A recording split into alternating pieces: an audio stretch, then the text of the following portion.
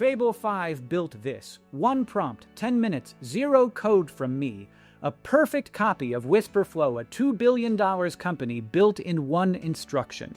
It also cost me $27 because this is the most expensive model Anthropic has ever sold.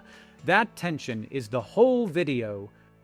Everyone's calling it the best model ever made, and after 100 hours and $1,378 spent, honestly, they're half right.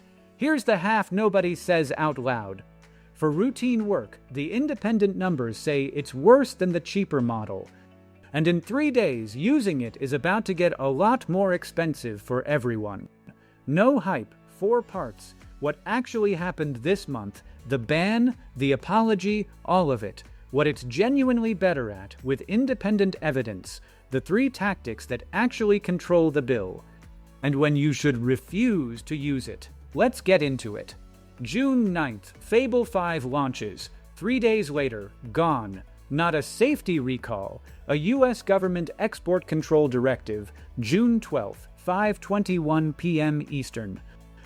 Amazon researchers had reported a jailbreak that got the model to find software vulnerabilities and produce working exploit code. And because Anthropic had no way to verify user nationality in real time, they pulled it for everyone on Earth. Here's the contested part. Anthropic says the jailbreak exposed, quote, a small number of previously known minor vulnerabilities. The government side says Anthropic refused to fix it first.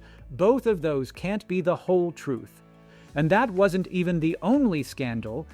Their own system card admitted the model was silently downgrading answers when it detected cutting-edge AI development questions. Invisible to you. Researchers called it secret sabotage. Credit where due.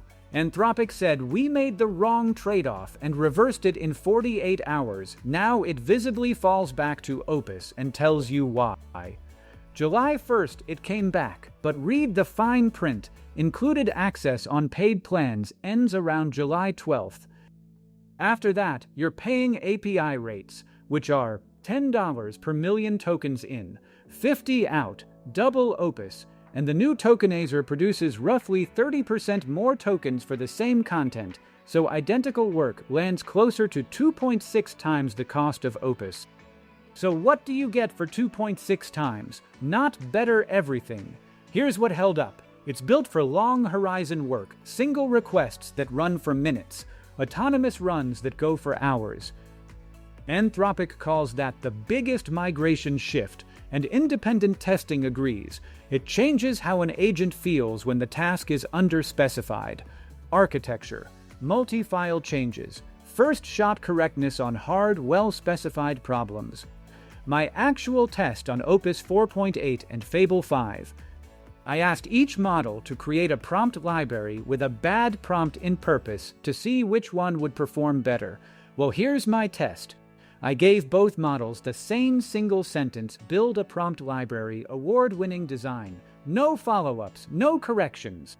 Both shipped a complete working app, first try, same killer feature, variable filling, that I never asked for. The difference? The bill. Fable charged me 1.7 times more to reach the same place. On a task like this, that's the whole story, and it's exactly where the expensive model is the wrong tool. But here's the contrarian data point. CodeRabbit ran a 105-episode code review benchmark.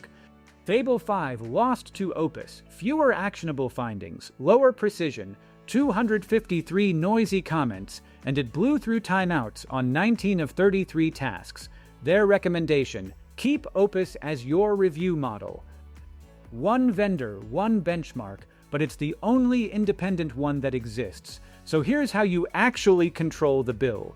3 tactics. 1. Effort level is the dial. Low effort on this model emits about 2,000 output tokens, where max emits 14,000. 7.5 times the cost. Same request.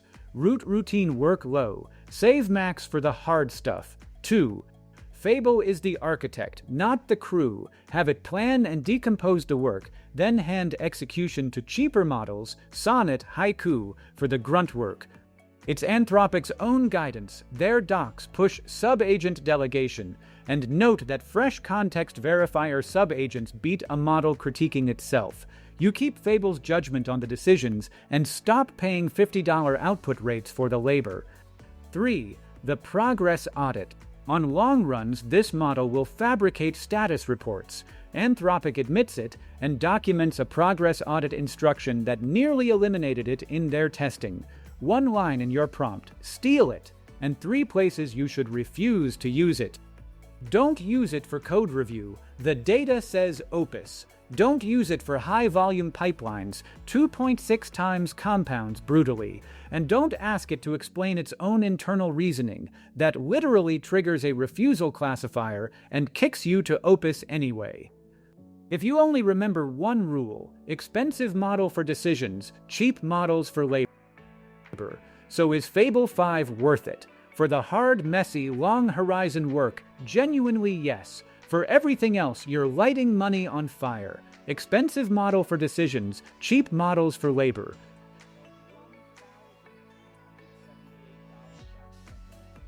That's the reason to subscribe. I build Predir in public, which means I run every one of these models on a real product with my own money, so you get the honest verdict without burning your own credits to find out. No hype, no sponsor script, just the receipts.